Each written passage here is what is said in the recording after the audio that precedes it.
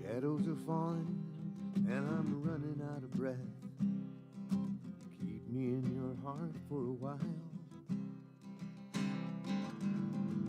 Just because I'm leaving doesn't mean I love you any less. Keep me in your heart for a while. When you get up in the morning and you see that crazy sun, keep me in your heart for a while. There's a train leaving nightly, called when all is said and done. Won't you keep me in your heart for a while? Sha-la-la-la-la-la-la-la-da. Keep me in your heart for a while. Ooh, sha-la-la-la-la-la-la-la. Keep me in your heart for a while. Sometimes when you're doing simple things around the house, maybe you'll remember me and smile. I'm as tied to you as the buttons on your blouse. Keep me in your heart for a while. Hold me in your thoughts and take me to your dreams. Touch me when I fall into view. And when the winter comes, oh, keep the fires lit, and I will be here next to you. Engine drivers heading up north to Pleasant Stream, keep me in your heart for a while.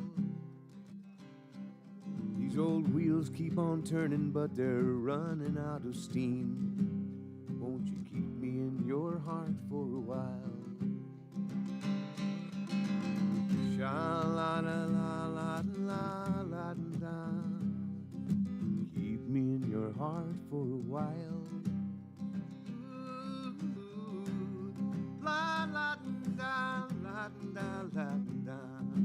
Keep me in your heart for a while. Oh, ooh, la-da-da. Keep me in your heart for a while.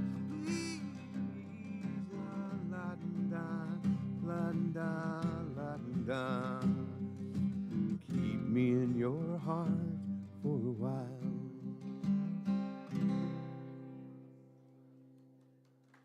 Yeah. Keep it in your heart. Keep us all in our hearts. Morning, all. Nice to see you again. How are you? I'm glad.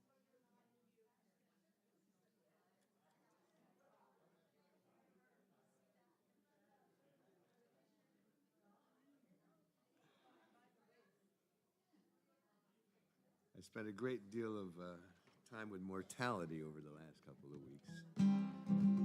Very interesting from all different perspectives. It's all still a mystery, eh? Here's an old one.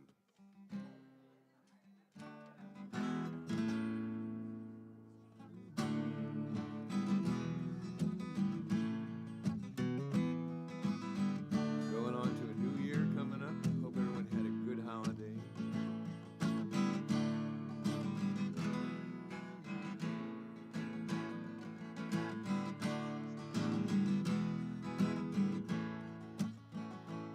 Well, I hope you never lose your sense of wonder. You get your fill to eat, but always have that hunger. May you never take one single breath for granted. God forbid love ever leaves you empty-handed. I hope you still feel small when you stand beside the ocean. Whenever one door closes, I hope one more opens. Promise me that you'll give fate a fighting chance. When you get the choice to sit it out or dance, I hope you dance. I hope you dance. I hope you dance. I hope you dance. I hope you never fear those mountains in the distance. Never settle for the path of least resistance. Living might mean taking chances, but it's worth taking. Loving might be a mistake, but it's worth making. Don't let some hell-bent heart leave you bitter. If you come close to selling out, hey, reconsider. Give the heavens above more than just a passing glance. When you get the choice to sit it out or dance, I hope you dance. Oh, I hope you dance. I hope you dance. I hope you dance.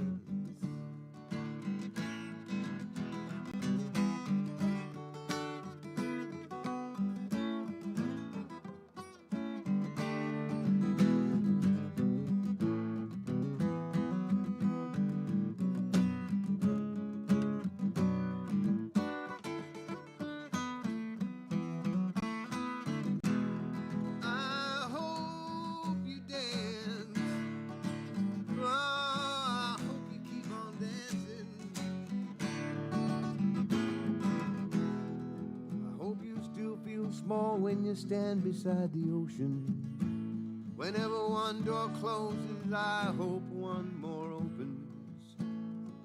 May you never take a single breath for granted. God forbid love ever leaves you empty-handed. I hope you dance. Ooh, I hope you dance. I hope you dance. Love is a wheel in constant motion. I hope you dance, always rolling us along. I hope you dance. Who wants to look back on these years and wonder where all those years have gone? I hope you dance. I hope you dance. I pray you dance. Go on and dance.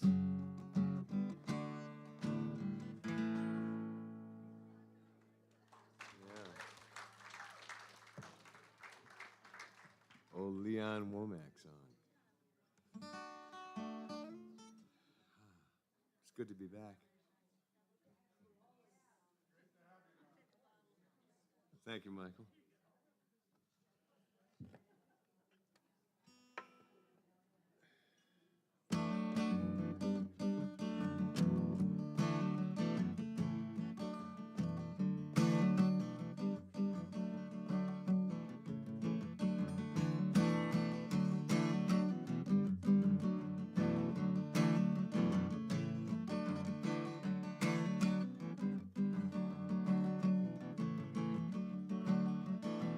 No telling what may appear on the horizon.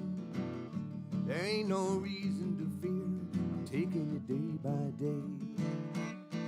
No telling what you might hear. It could be surprising, but my position's clear. I'm taking it day by day. I lift up my voice and I sing it out. I set a new course and turn it about. I keep believing that life is sweet. It's yours for the taking. Hey, you'll never miss a beat if you're taking it day by day. And under a bright blue sky, hope lies unshaken. You're happy and so am I to be taking it day by day.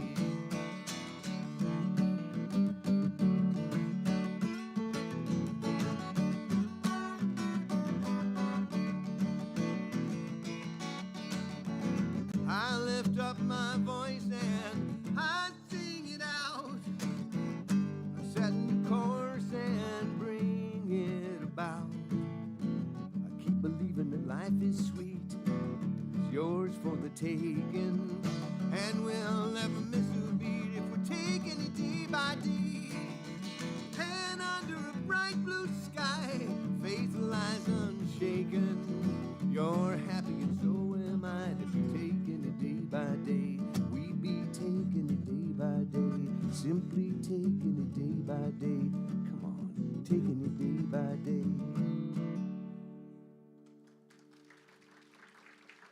And here to take us through the day, the Reverend Ken. Thank you, Don. Thank you, everyone. Thanks for coming out on the in-between day between the big holidays. So thank you.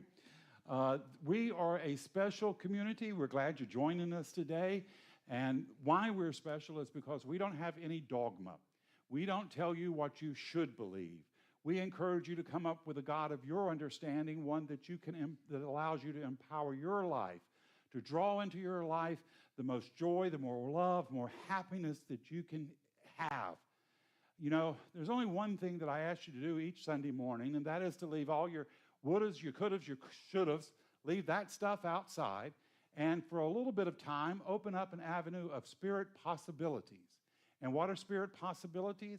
Whether for more love, more joy, more prosperity, more happiness, more friendship, more laughter, more dance, all the things in life that make us feel alive, because that's what Spirit is doing through you and through me, showing up in the physical, recognizing itself through our love, our joy, and our laughter. So know you're in a great place this morning, and Spirit is going to recognize and reward you abundantly. Well, I have a lot of announcements. The first one is I want to thank everybody that went caroling with us last week. We went down to the Ponce Rehab Center. We had over 40 people going. We sang and we gave out cookies. It was a lovely, lovely event. We want to thank Reed for organizing that, and he had a lot of helpers, but Reed was the one. There he is. There he is over there. Also, we want to thank Silver Fawn because she did our candle lighting service for us, and that was really spectacular, a great evening. Thank you, Silver Fawn. Next Sunday, we're going to do our burning bowl ceremony. If you want to get rid of something in your life, this is a great way to come and release what you want to release and to set your intentions of what you want to draw into your life. So next week is the burning bowl. Also next week is the start of our circle suppers, and we got Carolyn Lane coming up and telling us about it.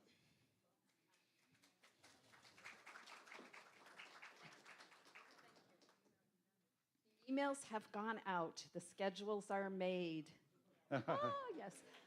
I need to hear back from you. So if you haven't gotten the email, please go home and check your emails and then get back to me. Part of the instructions in the email are that you get back to me so that I know your phone numbers are correct, your addresses, and your emails.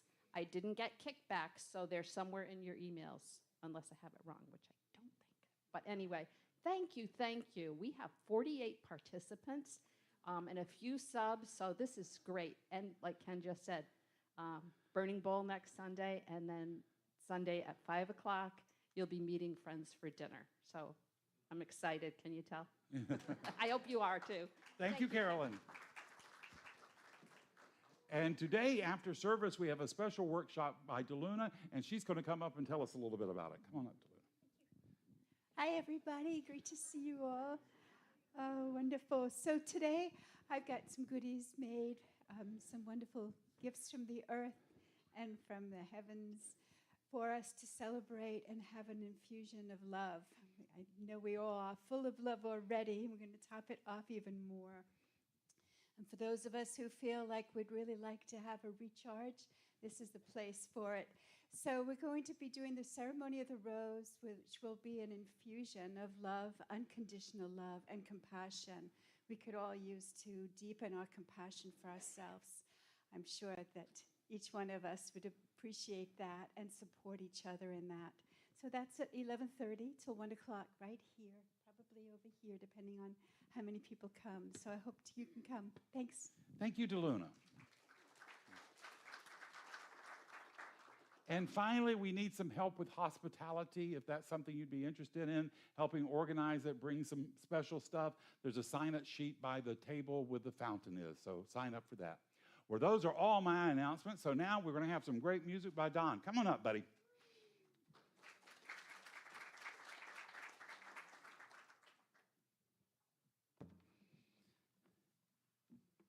It's been a year since the burning bull. Oh. I took that little white stone. It was my first burning bull ceremony. And I put a reminding word for me, and it's been sitting above, right in front of my computer shelf. And it worked very well. The best of my ability. It was called balance. I'm not sure how that worked out, but it was pretty good. I look forward to that very much. Let me see if I can find this song here.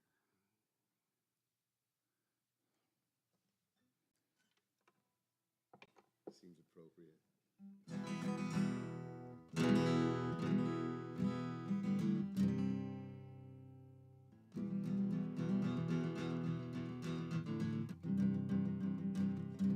Gather around me, everybody.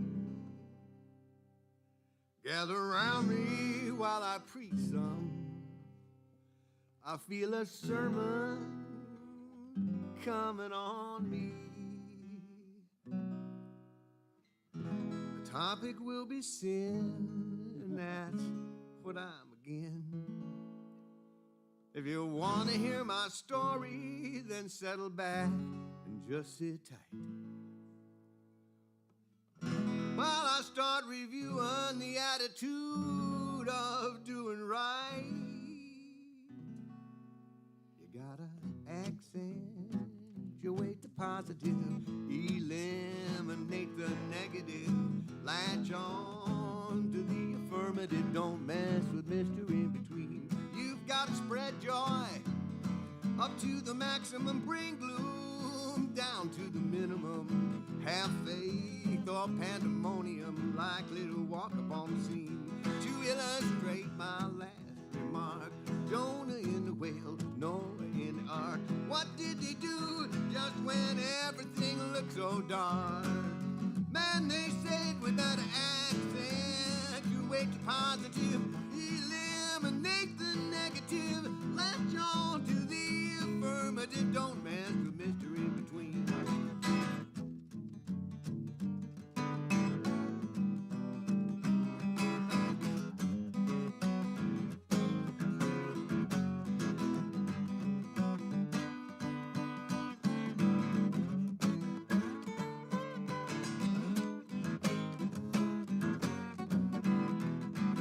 To illustrate my last remark, ain't Jonah in the whale and Noah in the ark. What did they do just when everything looked so dark? They said you better accentuate the positive, eliminate the negative, latch on to the affirmative, don't mess with Mr. In Between. You better accentuate the positive, eliminate the negative, latch on to the affirmative. affirmative, and don't mess with Mr. In Between. Thank you, Don. That was wonderful. And now to get these good thoughts even further into our consciousness, we got Jim Saul coming up to do a reading and treatment. Come on up, Jim.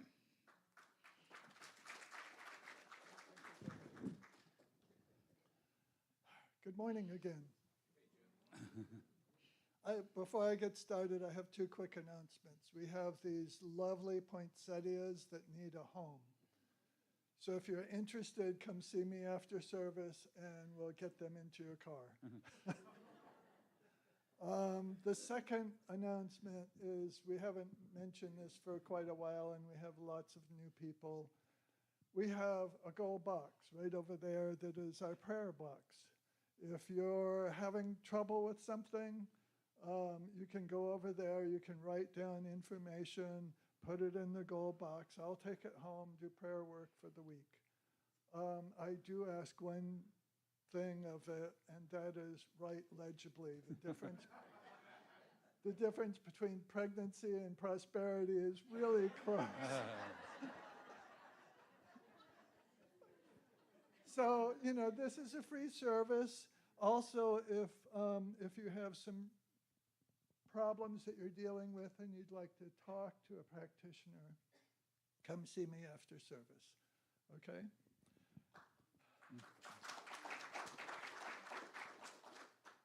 So, I actually kind of dug through some of my old stuff. This was written in 2022. And when I was a child, I had a really, really hard time reading. They found in the second grade that I couldn't read at all. And so they kind of sent me to a special school to get over a learning disability. So that's kind of where this comes from. I first learned to read by finding the word "the" on the pages of a book. Like a treasure hunter, my teacher had me find it on the page full of chaos. I would point out each one as the words became visible on this page full of scribble-scrabble that I could not fathom. In much the same way, I began to find God by finding it here and there within the world. I could find it within the amazing brilliance and delicate nature of an amaryllis flower, for only God could make such a beautiful thing.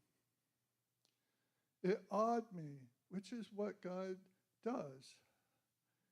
It was there in a puffy floater cloud, in a summer rain, in a brilliant orange sunset. One by one, I began to find a divine presence in earthly things. These earthly things began to talk to me, not in a voice, but in a feeling sense, just as vivid as a human voice. But I had to be quiet inside to hear it. It, the God within the amaryllis flower, might say, "Thank you for watering me. I was really thirsty." This divine presence began to share itself, its presence with me more and more as I began to see it in many places and to acknowledge it. One day, sitting in a wooded area, I got a feeling. I wrote about it just moments later, and this is what I wrote. Every leaf, for as far as I could see, they were all waving hello to me. And I wept. I am convinced that God is here, that it is within and around everything, and we just need to find it within the written page of this chaotic thing called earthly life. Find it, part by awesome part, until it fills your life with awe, reverence, and humility, and then share it, what you find, so all can benefit from your sight. Let's take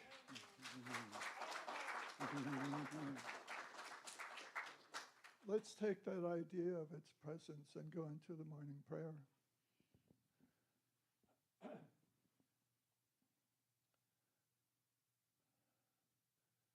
So I know that it's here.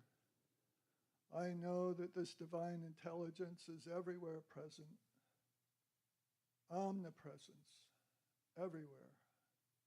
It's within the beautiful amaryllis flower. It's within my deepest struggle. It's within the beautiful teachers and the ones who teach us about anger, fear, and frustration. It's always there. And as our eyes begin to open, as our heart begins to accept, we begin to see this divine intelligence, this really beautiful, intelligent energy fill our life. And as we do, we find a better life for ourselves and for each person we come in contact with. So this week, take that energy, that divine intelligence, that amaryllis flower beauty, and appreciate it deeply, for it is the gift of God. I give thanks for each person here. I give thanks for this center for allowing me to be here. I give thanks for this divine intelligence, for it guides me every step of my day. And I can release this prayer to be so, simply and easily by saying, and so it is. Thank you. Thank you, Jim. That was lovely.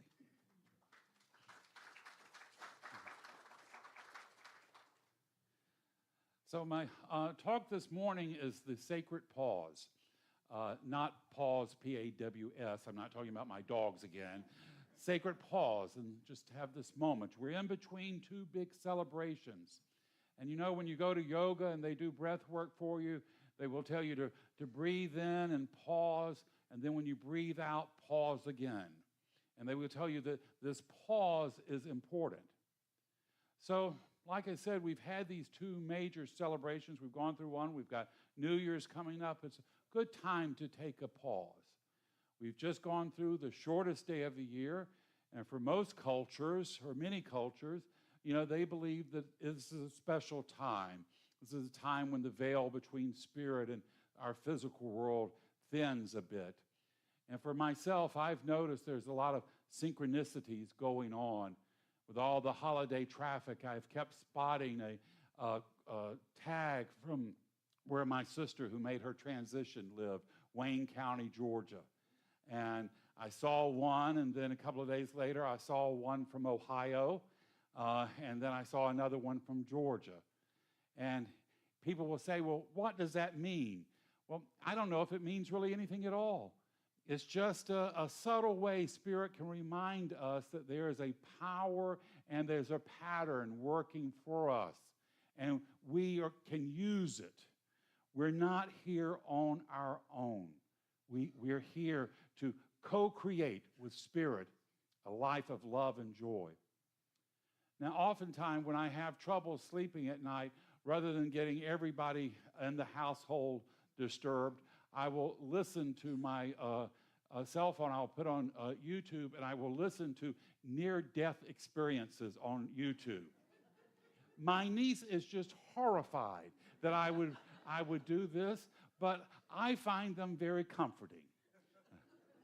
The other day I was listening to one I found very interesting. I'll call him Tony. He was a bodybuilder. And one thing I've noticed about bodybuilders, I don't really know what it means, they're never happy where they are. They always want more and stronger muscles. So he had found the supplement that he wanted, and he couldn't find it here in the States, and so he had ordered it from Thailand. And coming from Thailand, it came with Chinese instructions. And he couldn't read Chinese instructions, so he and his friend just took a regular dose that they would take. And very soon they found themselves not feeling well at all. They decided they would pull into an Arby's, maybe if they got something on their stomach, they'd feel better. So they pulled into a Arby's. Tony went into the single-use restroom, and he locked the door. His friend stayed outside, and the friend immediately collapsed. And so he was in the lobby area or where they order, and so he got lots of help. The ambulance came. They rushed him off to the hospital. They pumped his stomach, and he was soon better. Tony was in the restroom, and nobody knew about him. And so he was in there for a good 20 to 30 minutes. The stuff really got into his system. He had collapsed, and he stopped breathing, and his heart stopped. Eventually, some of the customers realized that no one was coming out. They got the manager, they opened it up, and they found Tony there. They called the EMT. Now, on this particular ambulance, the crew, they had 2 veterans and 1 newbie, 1 rookie. And they got Tony in the ambulance. They were working on him. They worked for quite a long time. The 2 veterans decided, he's gone. Let's put him in a bag. We're not going to be able to do anything for him. And they pulled through the drive-through at Arby's to order something. I did not know you could order food with a dead body in your vehicle. There seems like there should be some regulation against that, but I'll contact the legislator. I just don't know. So they're munching down on their value meal, and the rookie in the back with Tony decided, he said, I just kept getting this idea. This guy's not gone. He's not gone. And so he opened the bag up, and he started doing heart massages, and they got a beat. They got a heartbeat. He told the veterans up in front, they were very angry with him about not following their orders, but they proceeded to do more work on this guy, and they got a pulse, they got him breathing, they got him to the hospital. Now, while he was at the hospital, he was in a coma. He stayed in a coma for a couple of days, and he had this amazing experience. He met his spirit guide, and his spirit guide shared with him many life lessons, and a lot of them I totally agree with. I think they're perfect. They align exactly with how I think things are. One of them, he said that Earth is a school for learning, not a classroom for judgment. Not a classroom for judgment. God is not out to get you. Spirit wants you to learn, to learn how to use your thought so you can improve your life, you can direct your life, you can co-create. Judgment comes really ourselves. We judge ourselves. A second lesson the guy told him is to be yourself. Drop all the masks that society puts on you. Be yourself. This is what Spirit has called you to be, and so you have a right to be here. You will be a better you than you will fake being someone else. And we don't have to be perfect in order to be loved by Spirit. In fact, it's our imperfections that allow us to utilize in the right formula, the creative energy, so that we can bring about the blessings we are called to bring about. You plus Spirit is an answer to every problem you're going to face. And it's your imperfections that will allow you to be the very miracle Spirit needs you to be.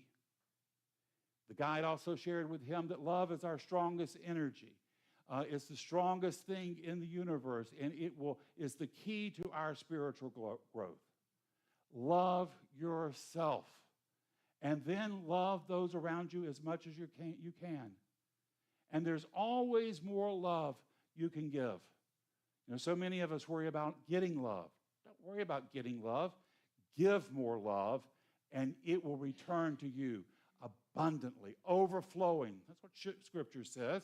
Shaken down in full measure and overflowing. A third principle he learned was the power of our creative thought, to make sure that we think in a positive, creative way, and it will change our reality. It will change our spiritual progression. Our purpose here is to learn to develop spiritually, to learn to use love and our thought in a way that we can constructively build the life of our hopes and dreams, because your hopes and dreams came from spirit. And so there's a way for them to unfold in your life. Now, while Tony was in this wonderful place and he said he was in heaven, he began to hear a prayer. And this prayer was for him to come back to his body. And he said he recognized who was praying. It was his brother. His brother was praying for him to return. And the brother happened to mention that he should return because if he didn't, it was going to break his mom's heart. And he said when he had that realization that him staying in this wonderful place was going to be such a burden on his mother, he decided to come back, and he said in an instant, he was back in his body. He also said some very interesting things. He said dying was easy. He said heaven was his home. He said life is challenging. The guides told him, they said, this is going to be a challenge, but you're going to find support along the way. And he says, he told him the work you will do will make it worthwhile. So this is a challenge. So he's written several books, and I'm going to get some of them. They seem very interesting. One of them is his predictions for the future. Now, at this time of year, I'm kind of susceptible about people who make predictions for the coming year. I got hooked on this back when Sylvia Brown would go on Montel Williams. I don't know if you remember that. And she would make these predictions about, what was coming up. That's something that always interviewed Princess Diana and Charles and, Hollywood stars. And I would just hang on to every word. So I thought, well, I'll listen to this guy's prophecies. I like what a lot he said. And I turned them on, and oh my goodness, the stuff he was talking about, there was no going to sleep after that. Because what he was predicting is just in a short matter of time, 90% of Earth's population is going away. 90% of us. And I don't get to choose the 90%. That wouldn't kind of, if I got to choose, that might make me a little bit happier. But 90% of us. And he says this is going to usher in a golden age for humanity. He says there are going to be two groups.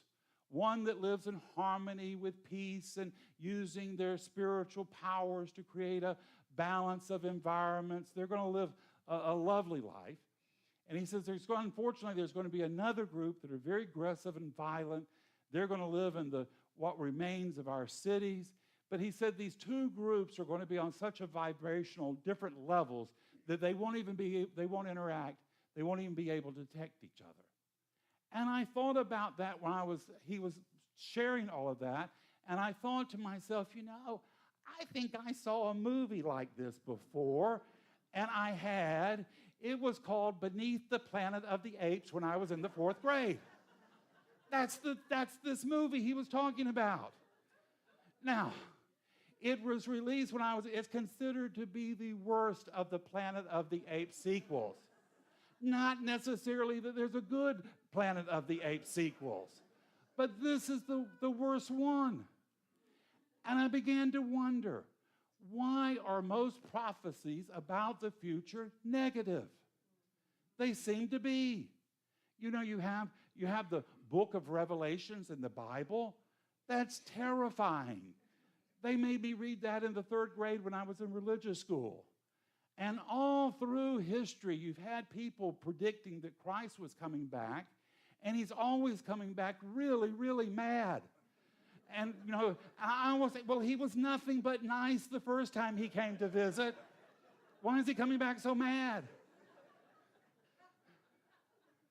And then we've had people like Nostradamus. He didn't predict anything good. Edgar Cayce, he's considered the American prophet. He healed thousands of people. He really did. He did wonderful work. But his predictions about the future were totally horrible. The Mississippi was going to change course. All kinds of calamitous things would happen. Well, it hasn't come true.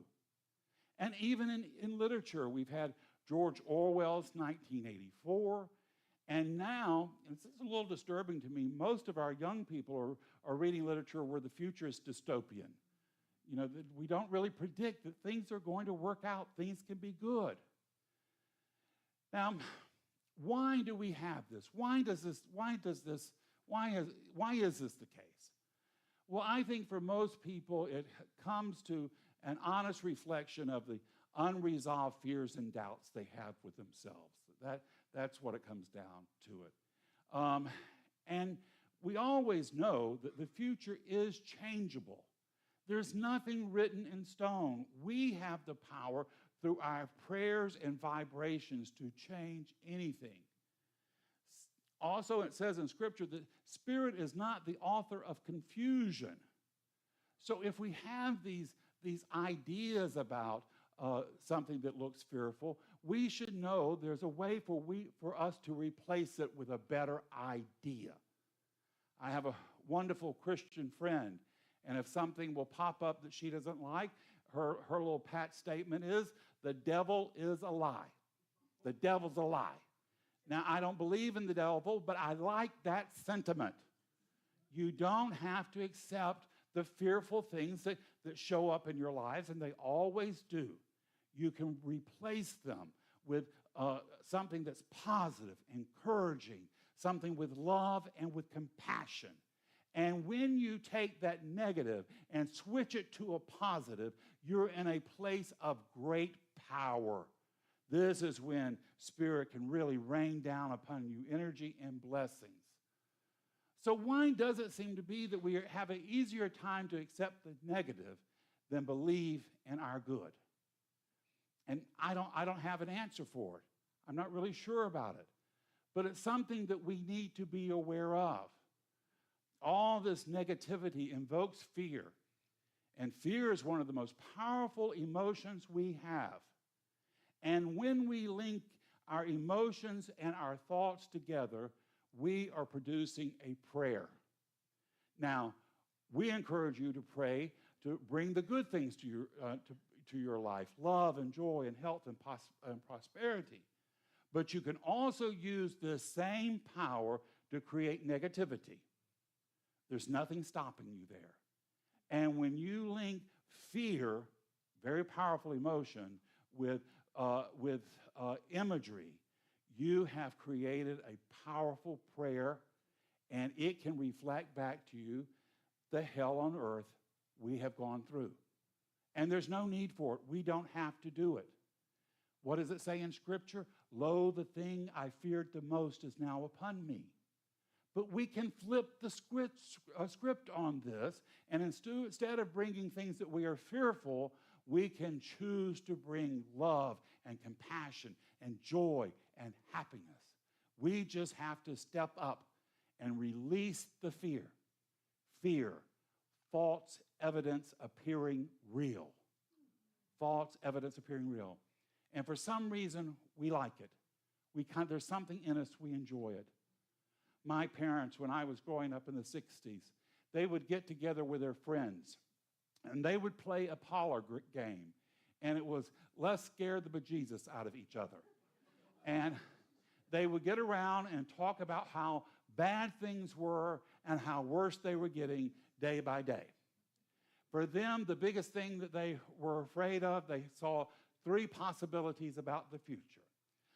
One thing, they had all grown up in the Depression. There was going to be another Depression. Just around the corner, there was going to be another Depression. They were living through the biggest economic boom this nation has ever experienced. But they were looking for signs of another depression.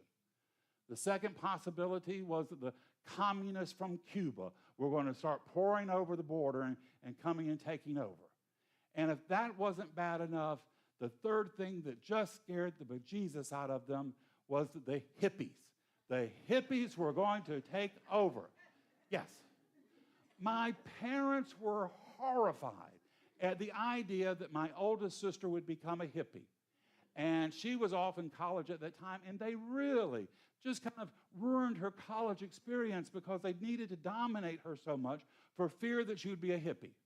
Now, here was a young lady who was in college. She was doing well. She was studying to be a teacher. She was vice president of the Re-elect Richard Nixon Student Club on campus. And her favorite singing group was the Carpenters. The Carpenters. You can watch so many movies or shows about that time, you never hear anybody say, let's go take a drop of acid and turn on the Carpenters. You know, that just did not happen.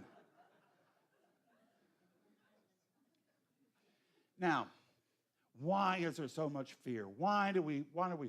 It's a great way to control and a great way to dominate. Fear. Our politicians, our pharmaceutical companies, our spiritual communities, and our news media. They have figured that out. And they're using it to make money, and they're raking it in like they're printing it. Fear is a great fundraiser, a great fundraiser. You know, when we went and toured Europe, the one thing that I noticed, you see all these big, huge cathedrals. How did these things get built? They got built out of fear. We went and toured one of the earliest ones. I can't remember exactly where it's at, but we toured it, and I noticed that on the mosaics, they had a early representation of Christ. And what is he there? He's the good shepherd. And the lambs are just naturally approaching him. They sense his goodness. They're naturally coming to him. Almost 1,000 years later, they built St. Mark's Cathedral in Venice. And what do you have? Where is he? What's he's become? He's now the judge, and he's sending people to heaven and hell, and mainly to hell. They realized how they could motivate, and that's what they were using. Fear. One of my earliest memories that really kind of shook me about people who were fearful and how they could use fear was with my dad, I had gone to visit my grandfather. He was a kindly older guy, an old farmer in Wilcox County, Georgia. There actually is such a place. And we were visiting him, and he was very upset. He had gotten very disturbed. And he was telling my father that the reason he was so upset is that he had there had come through a preacher, a tent revival, and he had gone to listen to this preacher, and the preacher was telling them that the coming year, something really bad was coming, that something really horrible. This preacher did not know what it was, but he just knew, Spirit had told him something really horrible was coming that year. And the year was 1970. And you know he was right, because something really horrible did show up in our culture in 1970. It was the movie Beneath the Planet of the Apes. That's what bad was coming in 1970. What you look for, you'll find. What you look for, you'll find. We don't get what we wish for. We don't even get sometimes what we pray for. We get what we believe we deserve. That's what you're going to get in life, what you believe you deserve. So it's time to get a better idea about yourself, that you're here to live in love. You're here to live in prosperity. You're here to live in joy and hope. You're here to spread those wonderful ideas, to make a conscious decision that you're not going to feed your fears. They're going to show up every once in a while. They'll come knocking on your door, but you don't have to invite them in with tea and cookies. You can send them on your way. Don't give them energy. Instead, deliberately give energy to thoughts that are positive, life-affirming thoughts, things that make you feel more hopeful, more energetic. And then go out in the world and support those thoughts and ideas as best you can. Listen to Spirit how you can do that. and step out in faith, even when it seems a little uncomfortable, particularly when it seems a little uncomfortable. Christmas Eve, I had gone to Publix. It was probably like 4 or 5 o'clock. And of course, it was packed, everybody in there getting their last-minute Christmas supplies. I looked up at the machine that takes the change, and people come in with their big jars of change. And I happened to notice a person standing there doing that I've had some contact with. She doesn't come here, but she works out in the larger community, and she does a lot of great good. She's really a channel for God's blessings, and she's doing good and positive work. And I happened to notice, I thought to myself, somebody who is making change or has come into Publix to empty out a coin jar on Christmas Eve is in need of some support. You don't do that on Christmas Eve unless you have a need. So strangely enough, I normally don't I don't carry cash on me, but I had really kind of a couple of 20s that I had just stuffed in my pocket. And so I went up to her, and I was talking with her and chatting with her, and I was able to distract her for a moment, and I dropped those 20s into the change jar she had. And then I scooted on out of the way. Now, I don't know if she had a need for that or not. And it really doesn't even doesn't really make that much of a difference. If she has a need, I'm glad that I was able to support her. But the important thing was for me listening to that impulse of love and charity. That's what is important. And by me being able to listen to that, respond to it, and step out into it, there is going to return to me a blessing much greater than a handful of 20s. There's going to return to me compassion and love. And it's not going to come in money, although I'm happy if it does, but it will come in how the world supports me. And that's ultimately what we're here to know. That's what we're here to experience. See, we can know it in the spiritual world, but we're here to experience how much God supports us, how loved we are, how important we are, how we are channels of God's love right where we are. And that's what we've come to do, to stop looking for God's blessing and becoming a blessing from God in this lifetime, on this earth. And let me tell you, friends, the world needs as many blessings right now as it can get. We're powerful beyond our greatest imaginations, and we've got lots of wonderful work to do. Spirit had a wonderful idea when it thought of you, and it created you to be here in this physical realm so you can bring the blessings of your heart and soul, so you can illuminate this world of darkness, so you can proclaim yourself a child of Spirit, and you can go out and make a huge and wonderful difference. You and Spirit have great work to do, and now's the time to step up and do it. Now's the time to raise your voice. Now is the time to be the person you know yourself to be. Spirit is waiting on you. It supports you. It encourages you. It knows what the great good you can do, and this is the moment. It's the truth in your life this morning. It's the truth in mine, and so it is. Thank you. Thank you.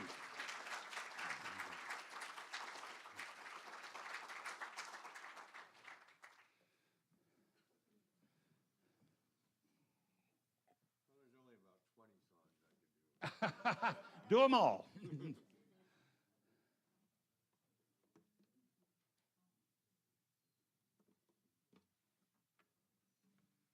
And so it is, eh?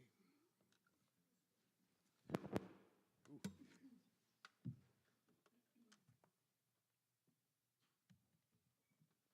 An awkward transition. It does. It brings many, many things to mind.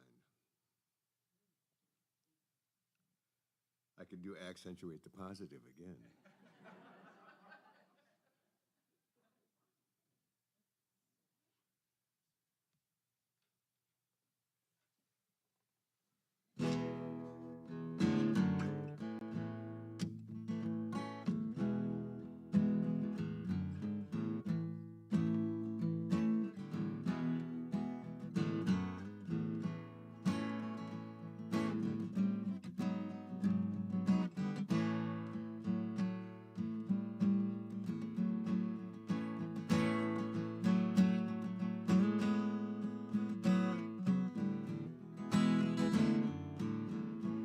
heart of love's on fire, a candle in the night, a spark of affirmation about to ignite.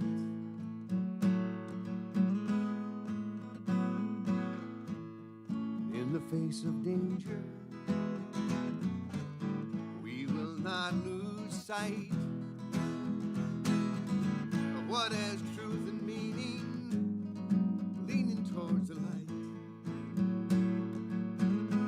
So beat on, brothers and sisters, fathers and mothers, children, companions, new friends and old lovers, and all of the others who stand up and try to do right.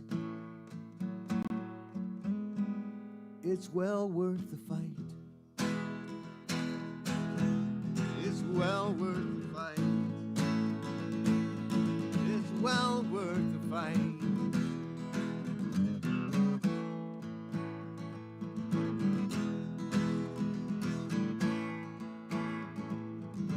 The heart of love remembers lessons from the past, the fanning of the embers and the passions which last.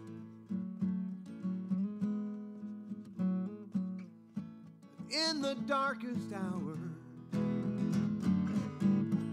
burning oh so bright, the heart of love endures and its spirit takes flight.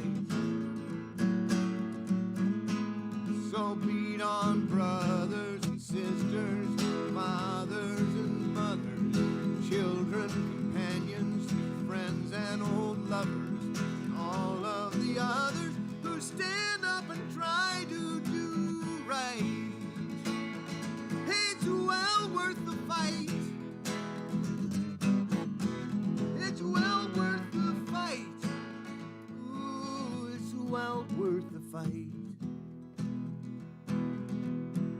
It's well worth the fight. So beat on, brothers and sisters, fathers and mothers, children, companions, friends and old lovers, and all of the others who stand up and try to do right. It's well worth the fight. It's well worth the fight. It's well worth the fight.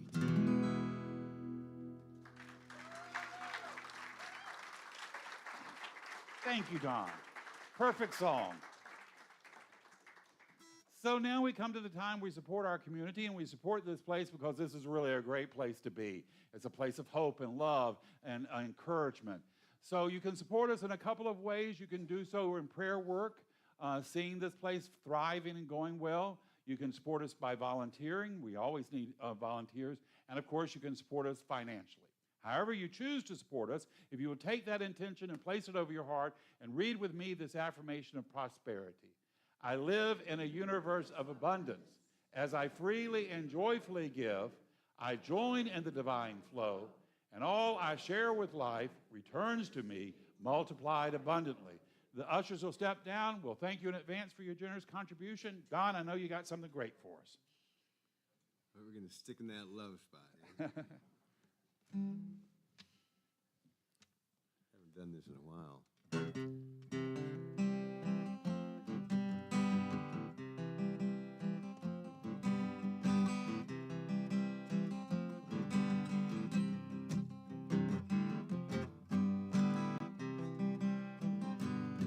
This room actually brought this song to me.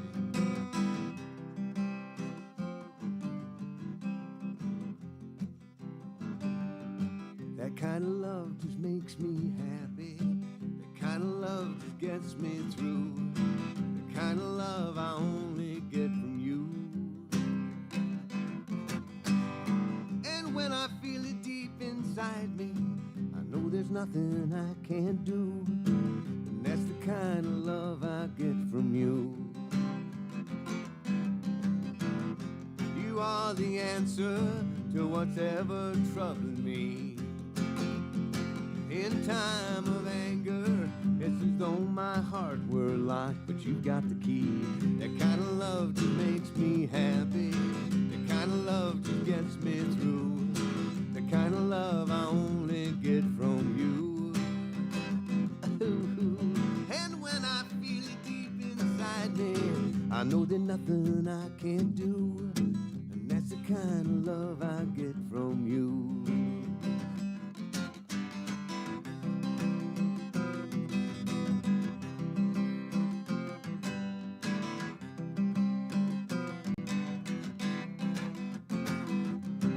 I thought I was abandoned and somehow lost my way. Empty heart and handed, then you filled me with your love. And I gotta say, that kind of love just makes me happy. That kind of love just gets me through. The kind of love I only get from you. And when I feel it deep inside me, I know there's nothing I can't do. And that's the kind of love I get from you.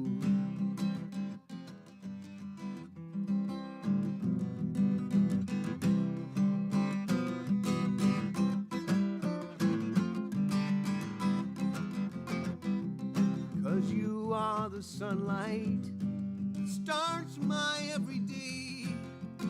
And when my day's done, you're still with me here. And I gotta say, that kind of love just gets me happy. That kind of love just gets me through. The kind of love I only get from you.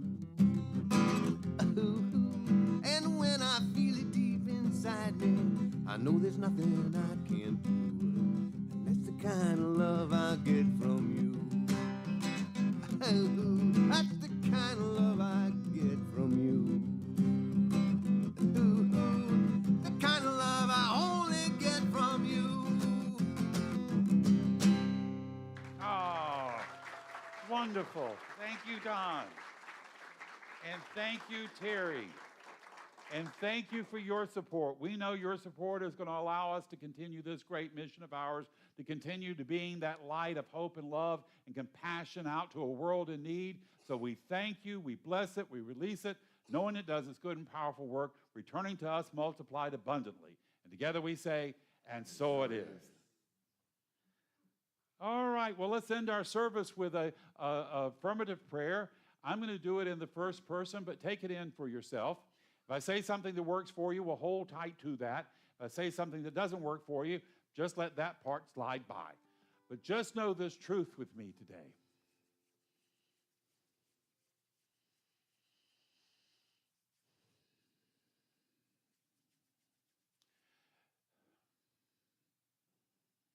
There is but one God and one mind and one power, and that power is perfect love. It's divine intelligence. That power created me from itself plus nothing else. So here I stand on the sacred soil of St. Augustine as a channel of God's love. Here I stand with all my little nooks and crannies and flaws, allowing as much of God's love to flow through me as I can envision.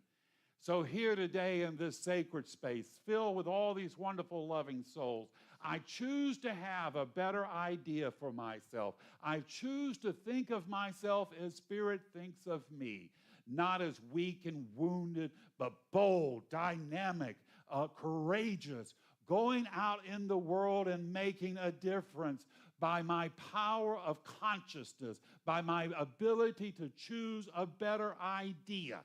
So here today, I know I'm nobody's victim. I am not weak. I am not wounded.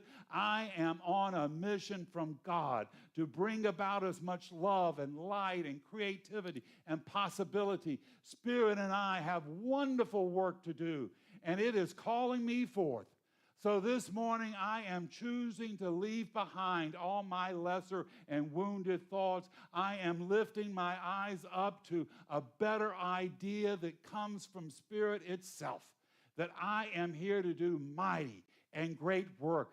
Spirit is not disappointed in me. It is inspiring me. It is encouraging me. It is lifting me up. And so I leave this place today knowing who I am and whose I am, a child of spirit, here to create great blessings, here to be a great blessing.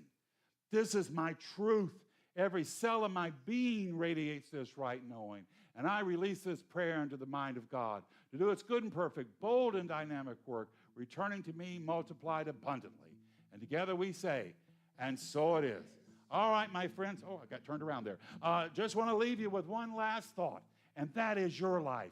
Your life. It's not a problem to be solved. It's a miracle unfolding. Your job this week, your job for the coming year is to go name your miracle, proclaim your miracle, and make it your own. God bless us all. Now let us go be the miracle Spirit is calling us to be. Until we see each other again, this is Reverend Ken wishing you many blessings. Think of your fellow man, lend him a helping hand, put a little love in your heart.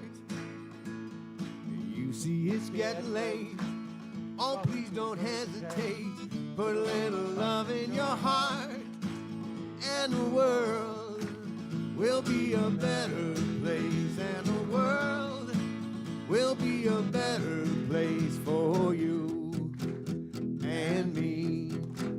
You just wait and see. I'll put a little love in your heart. Come, put a little love in your heart. You've got to put a little love in your heart.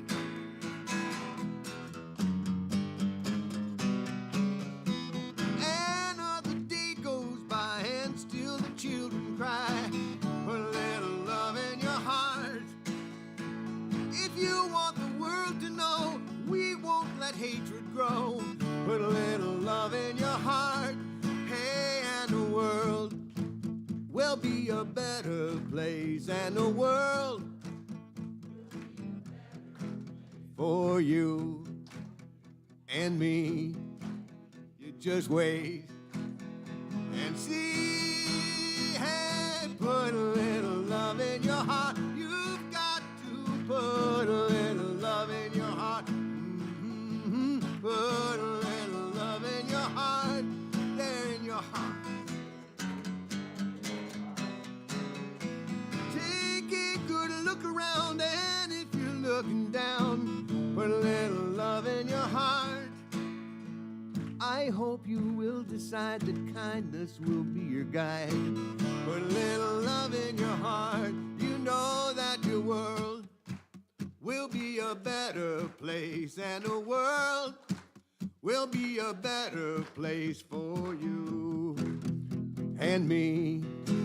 You just wait and see. Come on, put a little love in your heart. We've got to put a little love in our heart. Oh, put